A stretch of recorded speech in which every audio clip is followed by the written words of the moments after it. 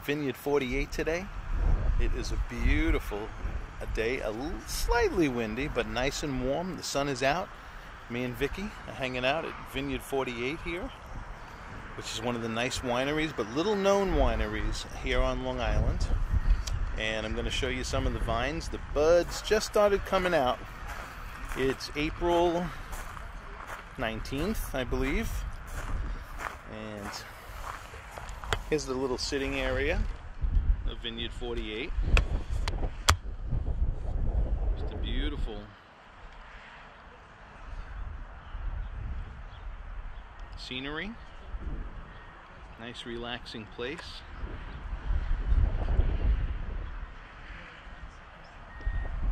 It's the main building here. Okay. I want to go out, check out some of these vines. Vineyard 48 has some awesome vines here, and I'll show you why. Okay.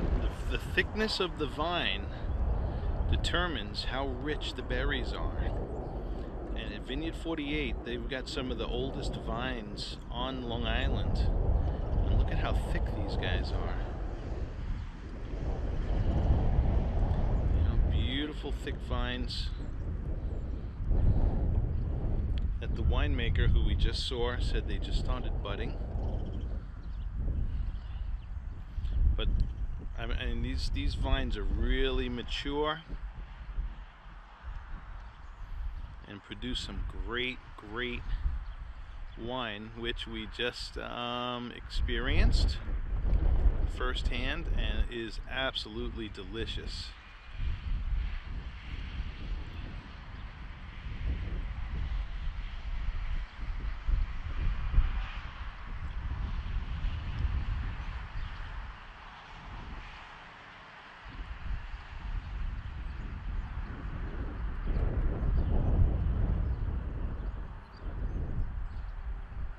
Just an absolutely beautiful day here on Long Island.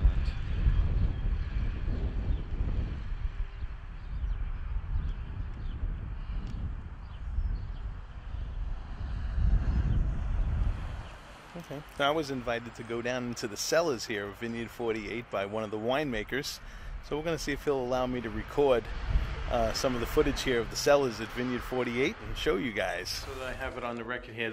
We are having, your first name is? It's Matthew Behrens. Matthew Behrens taking us on a tour inside the Vineyard 48 cellars. You can see here in the winter what we do. I have our two guys that work all year long. We have a three-man crew. We lay one guy off in the winter. And basically what they do all winter is they just prune and tie. Sure.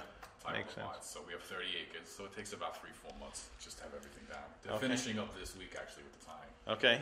Everything just gets pruned. They tie down the vines to the wire. Right. And then bud break is usually, this year it just happened this week, which is the week of April 16th. Yeah. Early, right? It looks like this. It's amazing how fast it grows. Summer. Yeah. And then the grapes are ready by October. These are the grapes in this picture here? These are the men here. They're actually picking. We put them in 30-pound lugs. Okay. Which is here. Once that's all filled up, we load them up on tractor and we take them over to the processing station. Awesome. And you can see here is what they do. They dump it in a crusher destemmer. Gotcha. And that's what separates the skin and the stem, crushes the berry, and then the juice is going to be pumped into the wine press, which is this right here. Gotcha. Awesome. And this is some of our mixing equipment. So all wine is white. All grapes are white. All grapes are white. Until Eurasian, and that's the coloring of the skin, and that's in the final stages. Okay. And that's usually about a month or so. You still have to see that before you pick. All right. All right. And this is our crushing equipment and press. That's the wine press.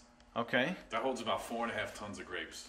Is that right? Crushed in that press, and it's a bladder press. So what it does is it fills up with air. There's a big balloon inside. And there's holes on the outside of the cylinder. And as it fills up, it pushes the juice out and separates the skin from the juice. There's the collection pan on the bottom, and that's where it gets transferred into where you need it to go, tank or barrel. All right. Yeah. Cool. It's a little bird's eye view of the place. Yeah. You can see here. This is our Chardonnay, 5 acres. Right. We have Cabernet Sauvignon, 3.5, and then the Merlot is in the back. That's 2.5. Oh, cool. Then we have another 15 acres down on the Depot Lane. Okay. Which has our Sauvignon Blanc, Riesling, and Cabernet Franc. Almost 30 acres. Okay. Ah, okay. So this is the production area. This is the wine cellar. Oh, son of a gun. This is where we Wow, do this all is huge. This is all the aging and storing and even bottling. Everything is done in this room here. Okay, so by the time the wine comes out of that crusher, press, it comes in here. Now, certain grapes get fermented on the skin.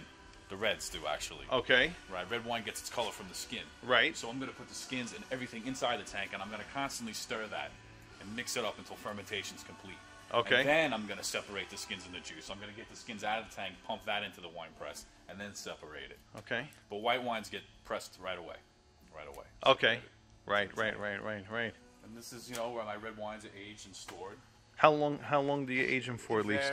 It varies depending on, you know, what wine I use and, you know, how it tastes. So it can go, you know, usually we're up to like, you know, a minimum of 13 months, you know, up to 2 years. Yeah, because every time you see bottles of wine, it's always at least a year or two. At least, yeah. From the date that you're buying it. Red like wine. 2010, we're not going to see till 2011, 2012, at right? least for most winemakers, yeah. Wine definitely needs time, especially red wine, to settle, age, and develop flavors. It definitely. This is all French oak I use. Mm-hmm. They come from different forest regions in France. Okay, is that right? Yeah.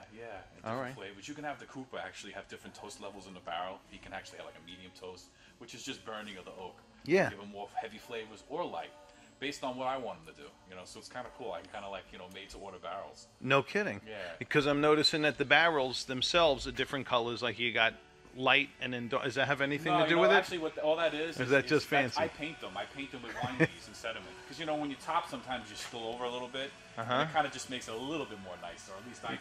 Yeah. A little bit more clean. Otherwise, you just have like this red mess on the top. Sure. Use that. Well, there are definitely those red wines that have that more oaky taste. Yeah. That I personally like. Well, that's definitely what it's going to be. It's just going to be a newer oak barrel. If you see, like, I have different ages, and I mean, you can see on the thing, I have a 2004 barrel here. So I mean, that's you know, we're six years old already. Okay, so that's going to be some expensive wine coming out of that. Yeah, I mean, they hold 60 gallons per barrel. So, right. So there's a lot in there. And, like I said, what I'll do is I'll just use different kinds of oak, different various years. 60 gallons. So. Sure. About 160, 170 gallons per ton of grapes is usually the standard. Okay. And will it only be what now? The stuff that's I really only usually drink reds. So are reds done in certain barrels and whites in other barrels, or you could do them both in the same type of barrel? You can't use the same barrel. You can use a white wine in a barrel and then put red into it, but you can never go back to white. If you use it for red, it's always going to have to be red. Okay. Because the wood's going to be saturated with the red color. It'll change the color of the white, obviously. Yeah, sure. Like pinkish. You know? Okay, all right, that makes sense. But I do have whites that are actually, my barrel fermented Chardonnay is in this row right here. But the Chardonnay is barrel fermented. So what that means is I put the wine in there, I start fermentation in the barrel, and then the fermentation process is going on in the barrel, which is going to help with more oak. It's going to make it more vanilla flavors and a little bit of smokiness flavors, and you're going to get that oak flavor. So it does help, and it never comes out of the barrel. Actually, I leave it in there. I sulfur the wine in there. I do my acid adjustments in there. I only take it out when it's 2 weeks prior to bottling. Is that right? Final filtrations and things like that. Okay. And it goes right to the bottle. And I'll bottle this in August. It's only about a year in the barrel, a little less. Okay. A little less. Okay. And, but mostly, primarily, my barrels are for the reds. Gotcha. Most of my other whites are just, stainless steel fermented and aged in the steel. Right. The whites. The whites. Right. So I'll have like my Sauvignon Blanc. I have a stainless steel Chardonnay as well. I do 2 kinds. And this is going to be more retaining of fruit value versus where the reserve Chardonnay is going to be more vanilla, more smoky kind of flavor like that. Yeah. This is just going to be as very natural as possible. Okay. Sweet and fruity. Gotcha. That's always a big seller. Sweet and fruity, Actually, right? we sell more of that than we do of this, but we do have a lot of people that prefer the heavy oak Chardonnays and the buttery oaks, and they prefer that. Yeah, so, sure. You have to make for everybody. Sure. And you certainly have a